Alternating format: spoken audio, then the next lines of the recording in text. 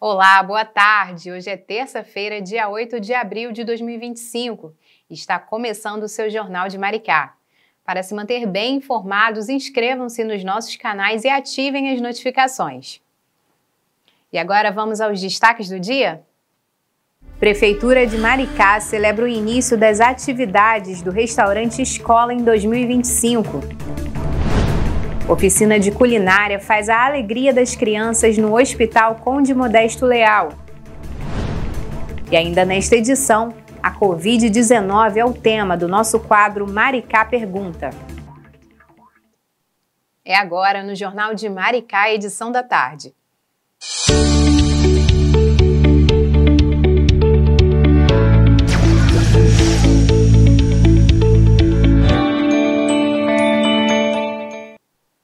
O nosso jornal de hoje começa com um importante evento que aconteceu no final da tarde desta segunda-feira, no centro da cidade. A Prefeitura de Maricá promoveu um grande evento no restaurante Escola para marcar o início das atividades do projeto em 2025. O restaurante Escola é um importante projeto essencial para formar mão de obra especializada em gastronomia, um ramo muito importante na economia do município. Os detalhes você acompanha com a nossa dupla da reportagem, Tainá Silva e Diogo Macedo. A segunda-feira foi um dia muito especial aqui no restaurante Escola, projeto do Instituto de Ciência, Tecnologia e Inovação de Maricá. A Prefeitura promoveu uma grande recepção para marcar o início do ciclo de 2025 e apresentar as turmas e as novidades para este ano. Em 2025, são mais de 1.000 inscritos e 225 selecionados para formações nas áreas de gastronomia e hospitalidade. E a iniciativa faz parte do programa Bem Viver Maricá, que tem transformado a vida de muitos moradores aqui na cidade. O diferencial desse novo ciclo, que além de estarmos com os cursos normais, nós vamos estar atendendo também a 2 escolas municipais, de Maricá, com o 6º ano, e isso vai ser assim, esse nosso diferencial. Vai ser muito bacana. É um projeto que não chega para toda a cidade, nem todo mundo vê, nem todo mundo tem a dimensão do tamanho e da grandeza dele. Então nós decidimos que esse ano ele vai atender 2.000 pessoas, 2.000 alunos e alunas. A gente tem que ter muito orgulho de ter esse espaço aqui.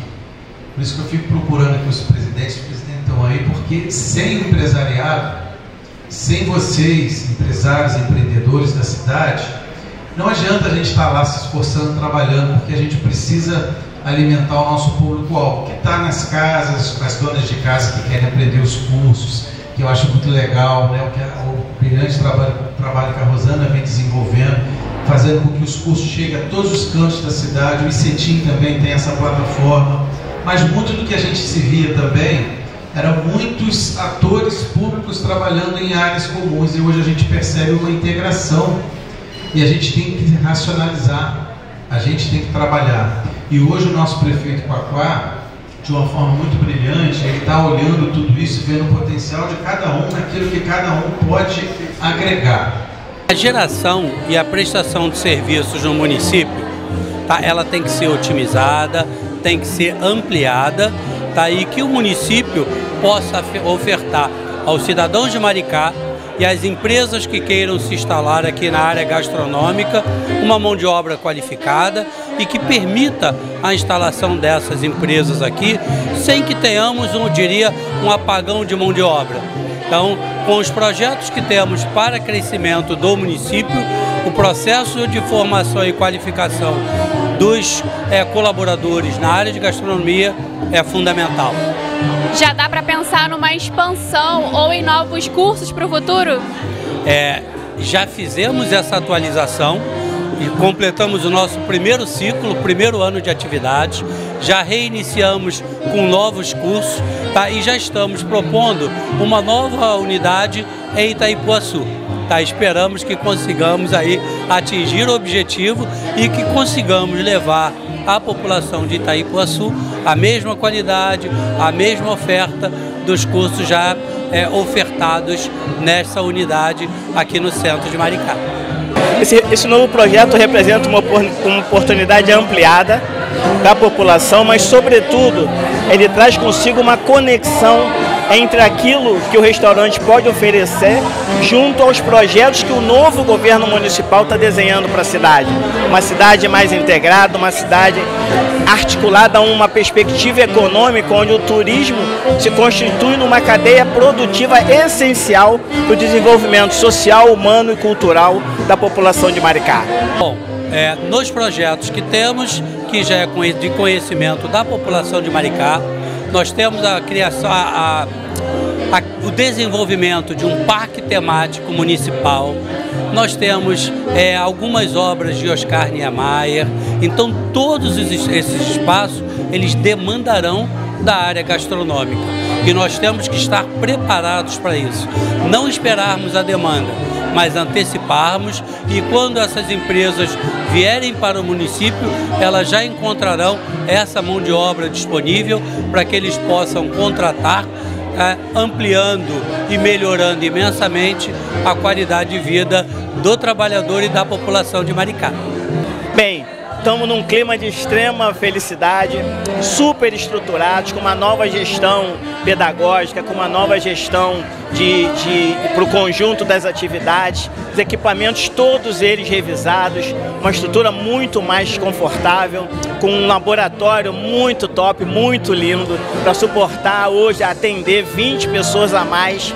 Então todas as nossas 2 cozinhas estão acrescidas de um laboratório para mais 20 alunos e com a possibilidade de fazer com que de segunda a sábado todos os horários estejam completamente preenchidos em condições satisfatórias para atender a vocês que vão chegar aqui e vão ficar maravilhados com essa possibilidade. Olha, eles podem esperar o melhor ciclo do restaurante escola, né?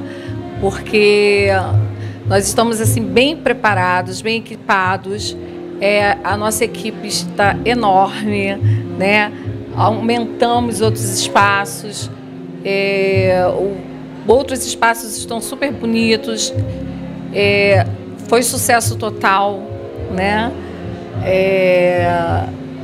E é isso, eles podem só esperar coisas boas, né? Eu sou suspeita a falar porque eu sou apaixonada por esse projeto e é isso. O principal aprendizado é de que a gente precisa conectar a ideia da gastronomia àquilo que a população mais precisa.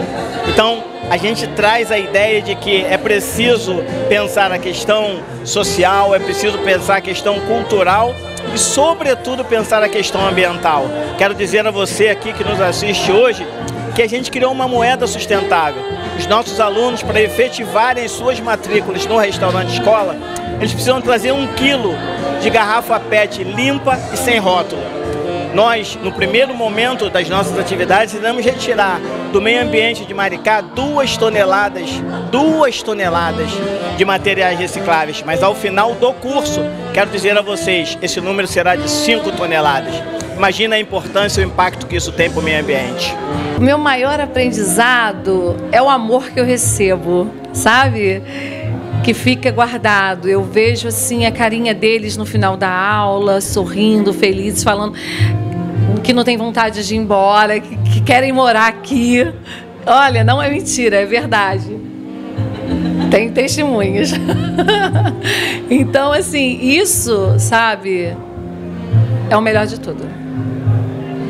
O restaurante escola inicia esse novo ciclo com grandes expectativas e com o compromisso de seguir transformando vidas através da formação profissional. Essa iniciativa fortalece ainda mais a educação, a inclusão e as oportunidades aqui em Maricá. Muito bacana. E tem muito mais gastronomia virando assunto aqui em Maricá. Os alimentos plantados na fazenda Joaquim Pinheiro, no Espraiado, ganharam vida nas receitas de chefes locais na Rota Gastronômica de Maricá.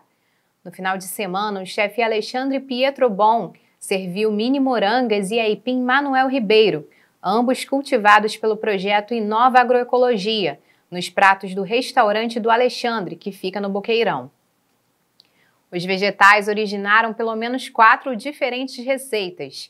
Dentro da mini moranga foram servidos moqueca de camarão, camarão aos 4 queijos e camarão com gorgonzola. Já o aipim deu origem aos dadinhos de tapioca com aipim. Com o sucesso das receitas, o chefe garantiu que os produtos do projeto Inova Agroecologia estarão sempre presentes nos festivais gastronômicos da cidade.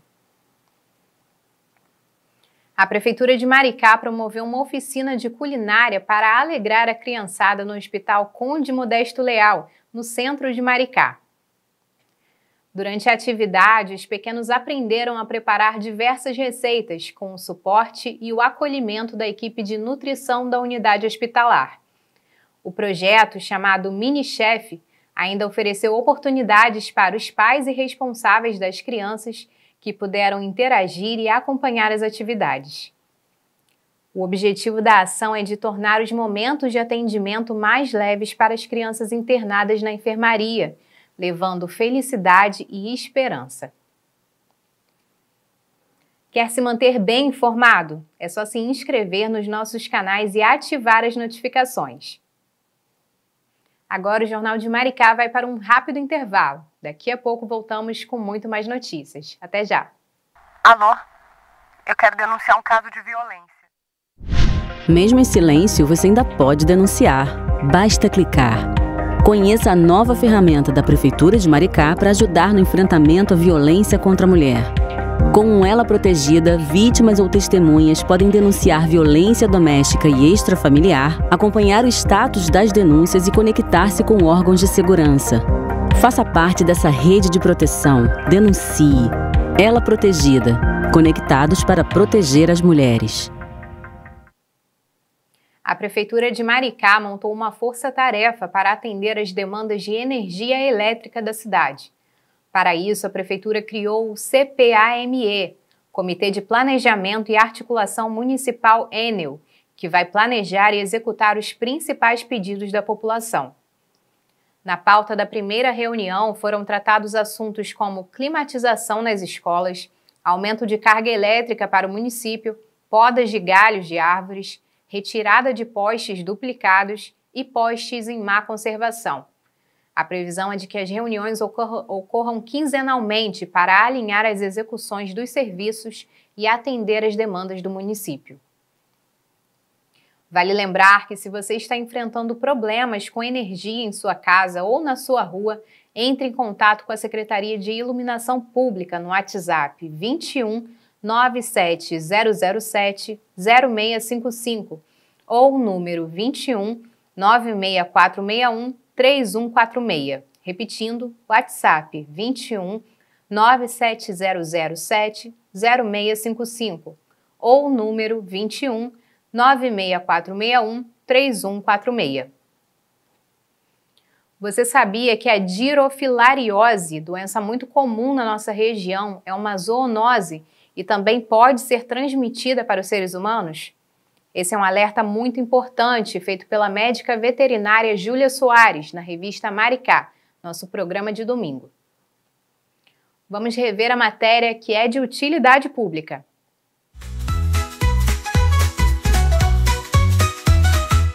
No Momento Pet de hoje, vamos falar sobre uma doença silenciosa e muito perigosa que pode afetar nossos animais de estimação, o verme do coração. Essa doença, chamada dirofilariose, é transmitida por mosquito e pode causar graves problemas de saúde em cães e gatos. Para nos alertar sobre os riscos, sintomas e principais formas de prevenção, conversamos com a médica veterinária Júlia Soares. Júlia, boa tarde, seja bem-vinda. Boa tarde, muito obrigada. É um prazer ter você aqui no Revista Maricá. Júlia, então já fala pra gente o que é a dirofilariose e como o verme do coração afeta cães e gatos. A dirofilariose canina é uma doença transmitida através de um mosquitinho, tá? É uma larva que vira um verme de até 30 centímetros no animal. Pois é, as fêmeas elas chegam até 30 centímetros e os machos até 20. Então, essa larva ela vai crescendo na corrente sanguínea e conforme ela vai crescendo, ela precisa de mais espaço, ela vai para os grandes vasos, invadindo o coração, a artéria pulmonar, causando graves defeitos para os animais, como tosse, dispneia, problemas cardíacos, pneumonia parasitária e até a morte. Por isso que fala então que é o verme do coração, né? Porque é para lá que ele vai, né? e acaba entupindo as artérias, causando tromboembolismo, o animal pode infartar. Então, realmente é uma doença muito grave que a gente tem que realmente prevenir e se preocupar com ela. E não somente isso, pouca gente fala disso, mas essa doença é uma antropozoonose, que significa que essa doença pode ser acometida pelos humanos. Desde o ano de 1979, ela é reconhecida pela OMS como uma antropozoonose. Na gente, é a dirofilariose pulmonar humana. Então, assim, não é somente os animais que podem ser atingidos, humanos também. Muita gente não fala sobre isso. Muita gente não sabe, né? Muita gente. Você falou que a doença ela é transmitida pelo mosquito. É qualquer mosquito? Qual é a relação dela efetivamente com esse inseto, com o mosquito? Não é um mosquito da Aedes aegypti, como a dengue, né? O Culex. Mas, assim, é um mosquito completamente comum que tem em qualquer lugar do Brasil. Então, é muito fácil de se passar. É só picando um animalzinho infectado e picando outro que já é o suficiente para passar algumas larvas. Poucas larvas, em poucos meses, elas já se crescem e se multiplicam rapidamente. Então, assim, tem que ter um bom controle parasitário, né? E na nossa cidade é muito comum, né? Na cidade é muito comum. Lá no meu trabalho, toda semana tem vários casos sobre. E muita gente fala, nossa, se eu soubesse antes dessa doença, eu podia prevenir. Nossa, agora é tarde demais. E, Julie, quais são os principais sintomas? Os tutores devem ficar observando o que nos seus pets, nos cães e gatos? Intolerância ao exercício, dispneia, aquela falta de ar, tosse é muito comum, mas também tem muitos animais que começam assintomáticos. Então, por isso, quando a gente faz a prevenção, a gente faz um teste também se é positivo. Muitos animais que vão para a prevenção e fazem o teste já descobrem que é positivo sem nem ter sintomas. O bom que, assintomático, a gente sabe que tem uma menor carga parasitária, então o tratamento costuma ser melhor efetivo. Ao contrário dos animais que já estão apresentando sinais clínicos. Que é um tratamento mais demorado. É justamente isso. Essa doença ela pode ser confundida com outras enfermidades.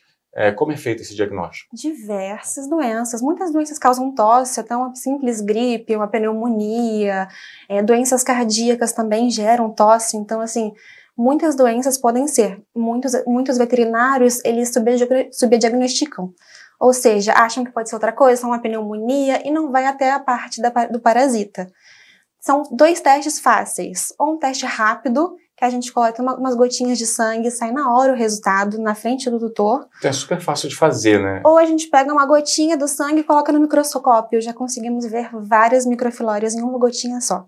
Uma quantidade muito grande mesmo de parasitas. E o verme do coração, ele tem cura? Você chegou a comentar que em alguns casos é mais fácil de tratar, até mesmo quando o bichinho, o animalzinho ainda não tem, é assintomático. Isso. Mas tem cura? Como é que é esse tratamento? Tem cura. Na maioria dos casos. Tem cura, porém o tratamento é longo e caro. Mais um motivo para a gente pensar na prevenção. A prevenção é muito mais barata, né? O tratamento, a gente faz a associação de um antibiótico que mata uma bactéria que existe no interior da filária. Essa bactéria é responsável pela sobrevivência dela também. Então, a gente entra com esse antibiótico associado ao vermífugo. Pode ser 2 tipos de vermífugo. Ou comprimido mensal, um comprimido a cada 1 mês, ou a Prohar anual, que é uma injeçãozinha anual que a gente faz. Se o animal tiver positivado, aí a gente entra com um protocolo de tratamento, que é outro, né? Mas a prevenção é extremamente importante. E existe alguma raça que tem uma predisposição maior a apresentar a doença? Isso tanto em cães quanto em gatos? Mas cães de pelo curto têm maior probabilidade de ser picado. Sim, né? Sim. Embora os de pelo longo também, porque tem o narizinho, barriguinha, né? Só que tem uma área menor de exposição, né? Então, cães de pelo curto têm maior probabilidade de pegar doença, sim. Então, a prevenção é a melhor solução. Quais são as medidas que os tutores devem tomar, então, para proteger seus pets? Bom, o básico, como a gente faz a prevenção de dengue, né? Evitar água parada, local limpo. Quanto menos mosquito no ambiente, melhor. Melhor. Existem coleirinhas que impedem também que agem como repelente. Existem repelentes caseiros, como o óleo de nanonim, ajuda também. Mas assim, o preventivo... A higiene do local, do bichinho também. Sem dúvida. Até para outras doenças também que passam pelo mosquito, como a leishmaniose também, que é extremamente grave, né? Mas a prevenção principal é ou o comprimido mensal ou a injeção anual. Então, além dos cuidados que a gente deve ter com os cãezinhos e gatos, já normalmente de visita ao veterinário, o controle também do mosquito é essencial para combater a doença. Essencial. E no dia a dia tem algumas dicas que a gente possa passar para quem está assistindo a gente, para justamente evitar isso. Você já falou, evitar água parada, mas no cuidado mesmo com os utensílios do bichinho, a própria água que o bichinho bebe, tem algumas coisas que no dia a dia... No geral, não. Para girofilária, não, tá? O preventivo mesmo é fazer a medicação oral ou a injeção, porque o mosquito pica, não tem como não passar essa microfilária para o animal, né? O que a gente faz é matar ela antes que ela cresça, entendeu? Então, esse vermífugo, ele atua matando as microfilárias. Quando ela se torna adulta, aí já complica a situação. Aí a gente tem que entrar com antibiótico, é um tratamento que a gente tem que repetir o protocolo de tratamento. A gente entra com um protocolo de 30 dias, depois de 6 meses, outro protocolo. A gente só considera o animal curado depois de 2 testes consecutivos no intervalo de 6 meses. Então esse tratamento aí dura pelo menos 1 a 2 anos. Então requer realmente dedicação do tutor, né? Muita dedicação. Agora uma curiosidade, você falou que pode afetar também humanos, né? Eu confesso que eu também não tinha essa informação, né? A forma da gente evitar, então, a nossa contaminação é cuidando do nosso pet, né?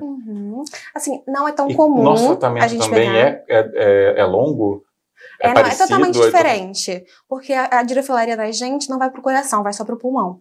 Entendeu? Só pro pulmão. Só detalhe grave, né?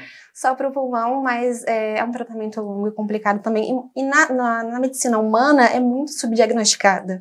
Muita gente demora muito para descobrir que é uma girofilariose pulmonar humana. Então vai para outros diagnósticos até descobrir. Muita gente não é tratada para doença.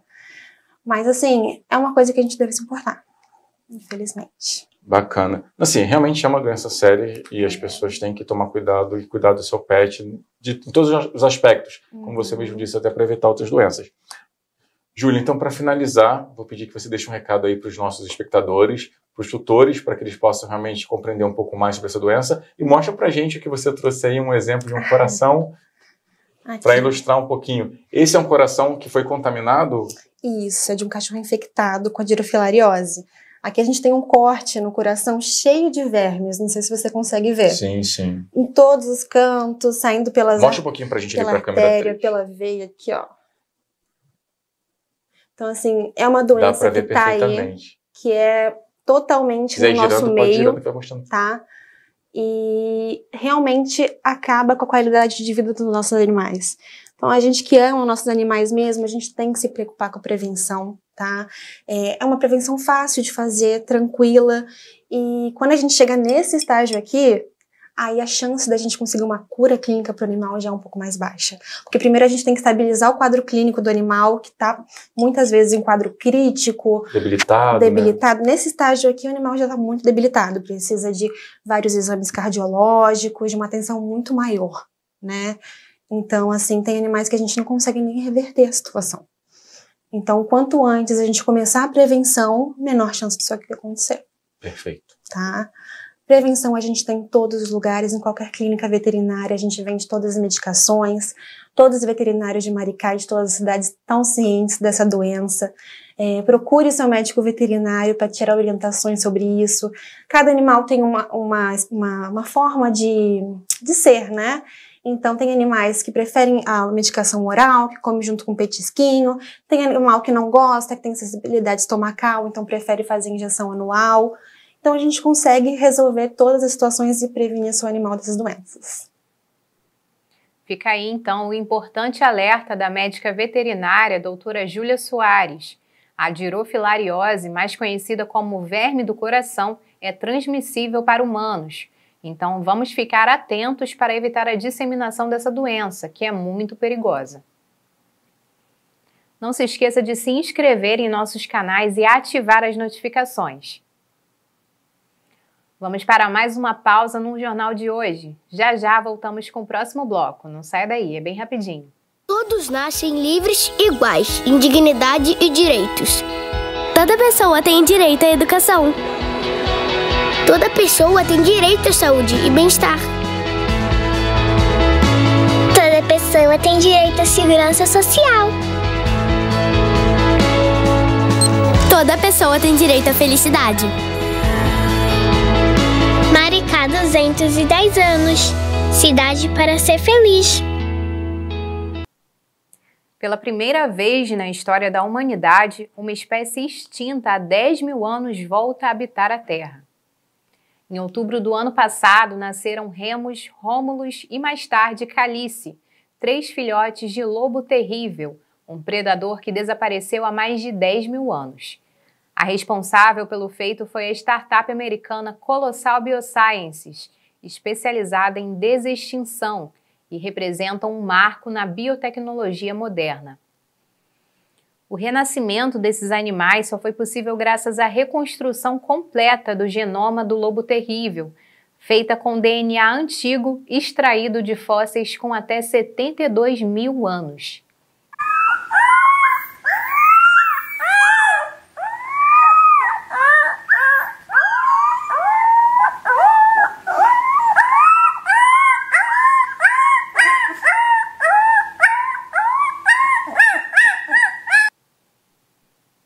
Ataques de peixes a banhistas levaram o IMASU, Instituto de Meio Ambiente de Mato Grosso do Sul, a interditar parcialmente um dos balneários mais procurados de Bonito. Uma das vítimas chegou a perder parte do dedo. O principal ataque aconteceu em março. Uma professora aposentada de Bonito estava no quiosque molhado quando teve uma parte do dedo da mão arrancada pela mordida de um peixe. A cidade é considerada a capital nacional do ecoturismo. Só neste ano, pelo menos 30 pessoas procuraram a rede de saúde da cidade, relatando mordeduras pelos peixes. Cerca de 80% dos incidentes ocorreram na Praia da Figueira, um empreendimento fechado com alto fluxo de turistas. A lagoa fica próxima do Rio Formoso e nela foi construída uma praia artificial. Espécies como pacu, dourado, matrinchã e tambaqui foram introduzidas no lago. Uma parte dos ataques teria sido feita pelo peixe tambaqui, uma espécie amazônica conhecida pelos dentes fortes. De acordo com especialistas, a espécie não tem o hábito de atacar pessoas ou animais e se alimenta principalmente de vegetais, sementes e pequenos frutos. A Prefeitura de Bonito informou que a Fundação de Turismo acompanha a situação e entende a necessidade de adequação do atrativo às normas ambientais e de segurança dos turistas. O Botafogo e o Flamengo vão entrar em campo pela segunda rodada da Copa Libertadores da América nesta semana. O Botafogo joga nesta terça-feira às 7 horas da noite contra o Carabobo da Venezuela, no estádio Newton Santos. O alvinegro perdeu o jogo de estreia para a Universidade de Chile e precisa vencer para não se distanciar da primeira colocação. O Flamengo joga na quarta-feira contra o Central Córdoba, da Argentina, às 9h30 da noite, no estádio do Maracanã. A situação do rubro-negro é diferente. O time da Gávea venceu o primeiro jogo e quer ganhar mais um para se isolar na liderança. Já o Vasco e o Fluminense vão entrar em campo para a segunda rodada da fase de grupos da Sul-Americana nesta semana. O Vasco joga nesta terça-feira a partir das 9h30 da noite contra o Puerto Cabello, da Venezuela, com o apoio de sua torcida no estádio São Januário. O Cruz Maltino empatou na estreia da competição e agora busca vencer para continuar em primeiro lugar no grupo. Já o Fluminense joga na quinta-feira, também às 9h30, contra o GV San José, da Bolívia, no estádio do Maracanã. O tricolor conseguiu os 3 pontos na primeira partida da competição e quer ganhar mais 3 para permanecer como líder do grupo. Hoje, dia 8 de abril, é o Dia Mundial de Combate ao Câncer, uma data fundamental para reforçar a importância da prevenção, do diagnóstico precoce e do acesso ao tratamento. A data, criada pela União Internacional para o Controle do Câncer, também é um chamado à sociedade para quebrar tabus, ampliar o diálogo sobre a doença e fortalecer as redes de apoio aos pacientes e seus familiares. Este é o tema do Maricá Debate, que vai ao ar amanhã. E agora você confere um trechinho dessa importante conversa. Posso dizer a vocês que o câncer é uma doença bastante atual, não só no Brasil quanto no mundo, a importância inquestionável, prestes a assumir a liderança de mortalidade por câncer, até nos países, de mortalidade em geral, melhor dizendo, em todos nos países até mais desenvolvidos, e no momento é ocupada urgências cardiovasculares, pelas afecções cardiovasculares, nós temos que o câncer se encaminha para essa liderança. É uma doença complexa, que exige meios sofisticados de diagnóstico, tratamento, mas com uma prevenção bastante eficaz e, de uma certa forma, simples. No nosso meio, tivemos bastante avanços em relação à parte preventiva, principalmente no programa antitabagismo, que o Brasil é um exemplo para todo mundo, em relação aos seus resultados de diminuição, principalmente do câncer de pulmão, que já é notório esse resultado. E também nós estamos começando a fazer face aos desafios trazidos pelos tratamentos mais modernos, mais específicos, que possivelmente vamos ver aí durante essa transmissão. Então, aqui coloco para vocês que realmente o assunto é bastante importante. Com certeza. E para você, Fernanda, na sua visão, quais são aí os principais desafios? Hoje a gente vive num mundo muito globalizado, né, onde chega muita informação o tempo inteiro, e eu acho que esse é um grande problema, né, porque a gente tem muita informação, mas a gente também tem muita desinformação. Então, acho que hoje em dia o maior desafio é a gente combater as fake news, né, e trazer para a população informação de qualidade sobre prevenção, tratamento. Então, acho que hoje o grande desafio é a gente melhorar com a população no geral. Com certeza. Agora, doutor Rodolfo, a medicina, ela tem avançado muito, né, no diagnóstico e no tratamento do câncer. Quais são aí as inovações mais promissoras que podem melhorar a sobrevida e a qualidade de vida dos pacientes? Bom, o diagnóstico do câncer, ele realmente tem recebido bastante contribuições, principalmente laboratoriais, no sentido de detectar determinados subtipos de câncer, vamos dizer assim, aprofundar a estrutura desses tumores, principalmente com conhecimentos de ordem molecular, e também nós estamos tentando verificar a possibilidade terapêutica de muitos desses tumores com remédios bastante eficazes. Nós estamos, assim, numa era um pouco diferente do que estávamos, vamos dizer, algumas décadas atrás. Agora nós temos arsenais terapêuticos maiores. Sim. Por outro lado, o tratamento também, o tratamento, no caso cirúrgico, ele evoluiu bastante. Temos agora a cirurgia minimamente invasiva, mais implementada até mesmo ao nível do SUS, inclusive com a possibilidade das cirurgias robóticas, que são indicadas em determinados casos específicos. Então, nós estamos vendo um descortinar de maior aprofundamento tanto no diagnóstico quanto no tratamento da doença. Sim. Agora, Fernanda, a gente sabe que, além do tratamento médico, né, o suporte social e emocional faz toda a diferença na jornada do paciente.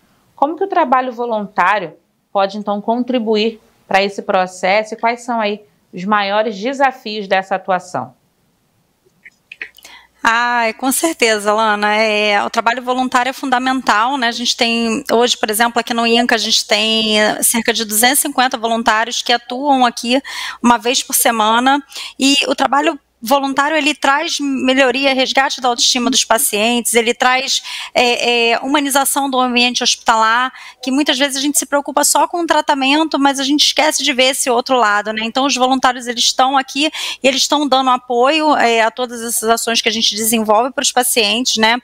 A gente tem atividades que contribuem para a geração de renda. A gente sabe que muitas vezes os pacientes param de trabalhar porque o tratamento é longo, né? A gente tem um programa lindo aqui de apoio e acolhimento aos pacientes, que é um programa para que eles não interrompam o tratamento por conta de uma falta, né, de um recurso financeiro. Então, eu acho que hoje o trabalho voluntário é fundamental, né? Tanto que a gente existe no SUS uma política de humanização. Para assistir ao programa completo, não perca o Maricá Debate, que vai ao ar nesta quarta-feira, dia 9 de abril, às 3 da tarde, aqui na TV Maricá. Ao longo da semana, não perca o seu Jornal de Maricá. É só fazer a inscrição nos nossos canais e ativar as notificações. Chegou a hora do nosso último intervalo. Em 30 segundos, voltamos com mais notícias de Maricá. Até já! Maricá, uma cidade onde os direitos humanos moldam nosso futuro. Com Mumbuca, passaporte universitário e escolas de período integral, garantimos dignidade e acesso à educação para todos. No Hospital Che Guevara, saúde de qualidade é direito assegurado. Investimos em infraestrutura sustentável e energia limpa, promovendo o bem-estar e protegendo nosso planeta. Maricá é feita por pessoas para pessoas. Maricá, 210 anos, cidade para ser feliz. Voltamos com a previsão do tempo. Confira o boletim da Secretaria de Proteção e Defesa Civil para saber como fica o clima nesta semana. O outono veio para ficar e nessa semana as temperaturas continuam amenas. Nesta quarta-feira o tempo volta a ficar instável e a possibilidade de chuva fraca a moderada à noite. A máxima chega a 31 graus. Na quinta-feira, a previsão de chuva nos períodos da tarde e da noite, com possibilidade de raios e rajadas de vento. Na sexta-feira, o céu fica de nublado a parcialmente nublado, com previsão de chuva fraca a moderada e isolada durante a tarde e a noite. O Corpo de Bombeiros do Rio de Janeiro divulgou que Maricá está liderando o ranking de cidades com o maior número de focos de incêndio no estado de mês de junho de 2024 a abril de 2025. Nos últimos meses, uma grande área de vegetação em diferentes pontos do município foi queimada, com fogo por conta do calor, da falta de chuva e da irresponsabilidade de alguns moradores. Devido a isso, o Fórum Popular da cidade sugeriu a ideia de criar uma brigada municipal de combate a queimadas e incêndios. A iniciativa visa formar uma força local, treinada e equipada para agir preventivamente em casos de emergência. O projeto ainda será votado na Câmara dos Vereadores de Maricá. A Prefeitura iniciou esta semana a campanha de vacinação contra a gripe para novos públicos prioritários, que incluem puérperas, povos indígenas, quilombolas, trabalhadores da saúde e professores das escolas públicas e privadas, além de pessoas com doenças crônicas. A imunização acontece de segunda a sexta-feira a partir das 8 horas da manhã, nas 27 unidades de saúde da família do município, e segue valendo para crianças de 6 meses a 5 anos, idosos a partir de 60 anos e gestantes. A ampliação da vacina contra a influenza faz parte da estratégia de imunização, que busca fortalecer a proteção dos mais vulneráveis à doença, de acordo com a disponibilidade das doses entregues ao município pela Secretaria Estadual de Saúde. Para se vacinar, basta ir a um dos pontos de imunização, levando um documento de identificação com foto e a caderneta de vacinação, caso tenha. A Secretaria de Saúde reforça a importância da vacinação para a nossa cidade e informa que o dia D da vacinação contra a gripe será realizado no dia 10 de maio. A campanha visa garantir que todos participem e sejam imunizados contra a doença, reduzindo as internações no município. O prefeito de Maricá, Washington Quaquá, anunciou que vai investir em melhorias na infraestrutura de todas as unidades de saúde da família de Maricá nos próximos 12 meses. Ele também declarou que os profissionais da saúde serão contratados com carteira assinada. Os anúncios foram feitos durante visita à unidade de saúde da família no Espraiado. Bora conferir.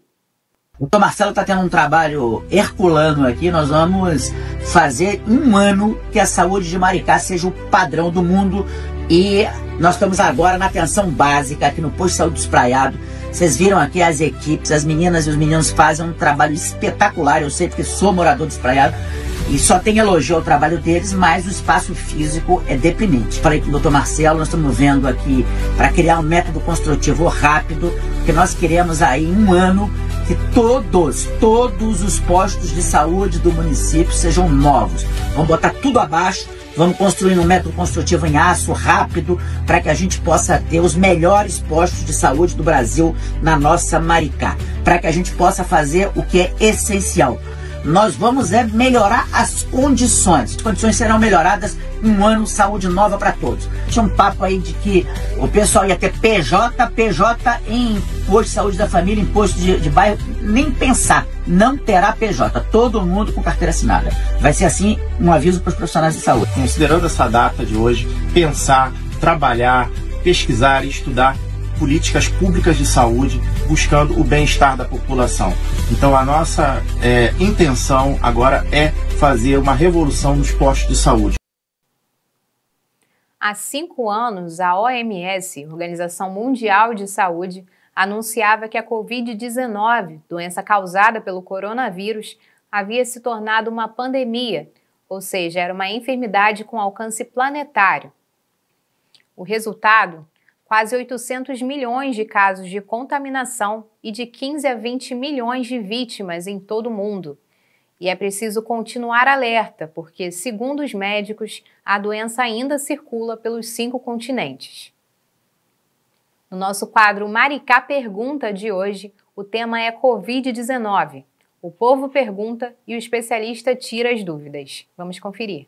Eu gostaria de saber o que a pandemia ensinou sobre a importância em agir rápido sobre crises de saúde. Bom, a pandemia mostrou que é crítico, né? É uma resposta rápida, orquestrada, né? Porque qualquer atraso na identificação do controle de vírus, ele dissemina, tá certo? Então, é isso que aconteceu no início e essa experiência reforça a importância de ter sistemas de vigilância, de informação que sejam fortes e que funcionem adequadamente,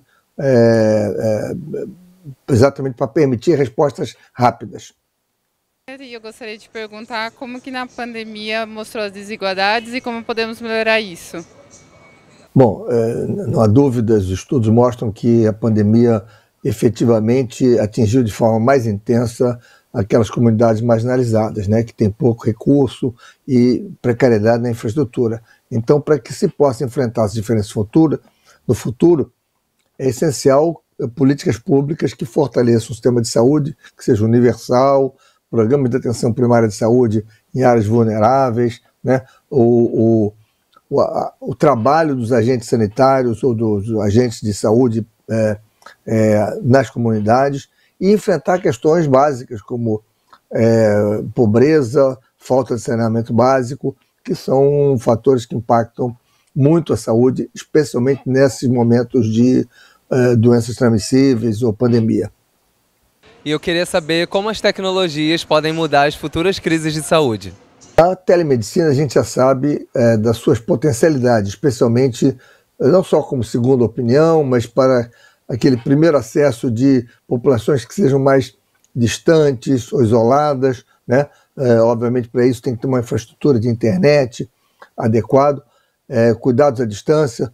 E o que a gente está discutindo e estudando, há muitos pesquisadores trabalhando com isso, é o uso da inteligência artificial aliado à análise em tempo real da disseminação das doenças, para antecipar surtos, criar, eventualmente, novas vacinas, personalizar tratamentos. Então, essas são contribuições que a inteligência artificial pode trazer não só em futuras epidemias e pandemias, mas para a vida das pessoas, evidentemente, para melhores cuidados da saúde.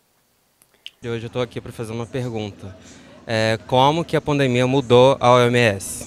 A pandemia mostrou não só a importância, né, e a fortaleza de ter um organismo técnico de referência como a OMS, mas também mostrou suas deficiências, suas fragilidades, suas fraquezas, né? Ela teve que enfrentar questionamentos sobre sua legitimidade, mas foi muito importante como um pilar para que o mundo como um todo pudesse enfrentar a pandemia, né? Então, há uma demanda crescente hoje em dia por transparência, agilidade, capacidade de resposta, ou que se vê até contraditada por situações de falta de financiamento, né? Por, enfim, de certa maneira, um despreparo não completamente resolvido para enfrentar futuras situações de emergência. Então, eu acho que para todos nós, quer dizer, que trabalhamos nessa área, a OMS foi muito importante, mas também há algumas críticas que precisam ser levadas em consideração na atuação, enfim, no aprendizado para situações futuras. Eu gostaria de saber como que a pandemia mudou a visão da saúde mental nas políticas de saúde. Eu acho que ainda esse é um assunto que a gente ainda conhece pouco, né? Ainda temos uma produção muito incipiente de conhecimento sobre isso, de como é que a população se comporta, como é que percebe, né, problemas, como é que correlaciona problemas, especialmente de saúde mental ou de bem-estar nas políticas de saúde pública, né? Evidentemente é mais fácil de entender uma coisa mais objetiva quando você tem um paciente ali, um familiar que está doente, que precisa de cuidado, ou que, enfim, uma situação mais grave, né? Isso influencia muito mais fortemente aquelas famílias, né? Então, acho que essa a questão de saúde mental, a correlação disso com a pandemia e tal, não sei se há uma percepção clara por parte da população e não creio que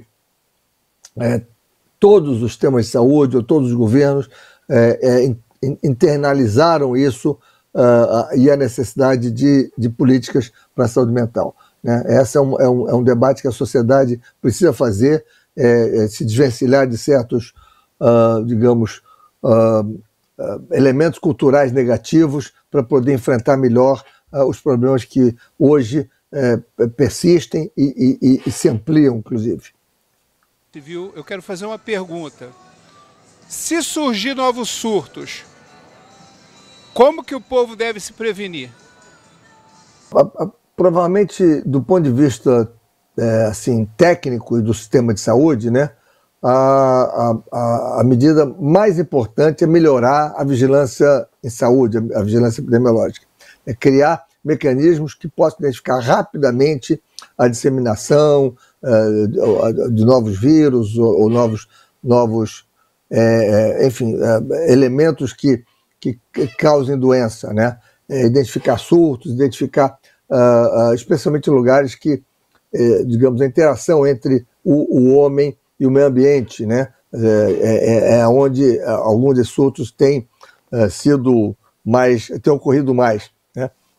Então, pesquisa, melhorar diagnóstico, tornar mais rápido, quer dizer, a capacidade tecnológica de identificar a origem, né, seja ela viral ou não viral, né, daquele surto, né, e, obviamente, vacinas, né. É importante que a população seja vacinada, né. Essa provavelmente é a medida mais importante no caso da Covid, mas no caso de uma série de outras doenças para os quais já existe vacina. E com essa importante matéria, a gente vai fechando o Jornal de Maricá, edição da tarde desta terça-feira. Mas antes de encerrar, vamos conferir a programação de hoje. A seguir, fique com a sessão de curtas de nossa parceria com a Fundação Oswaldo Cruz. Depois, às 15h, será exibido o Juca Kfouri em entrevista. Em seguida, é a vez do filme O Beco. Logo depois, você confere a série Amores Expressos, que está estreando nesta semana em nossa programação. E fechando o dia, tem o Jornal de Maricá, edição da noite, com Lana Souza.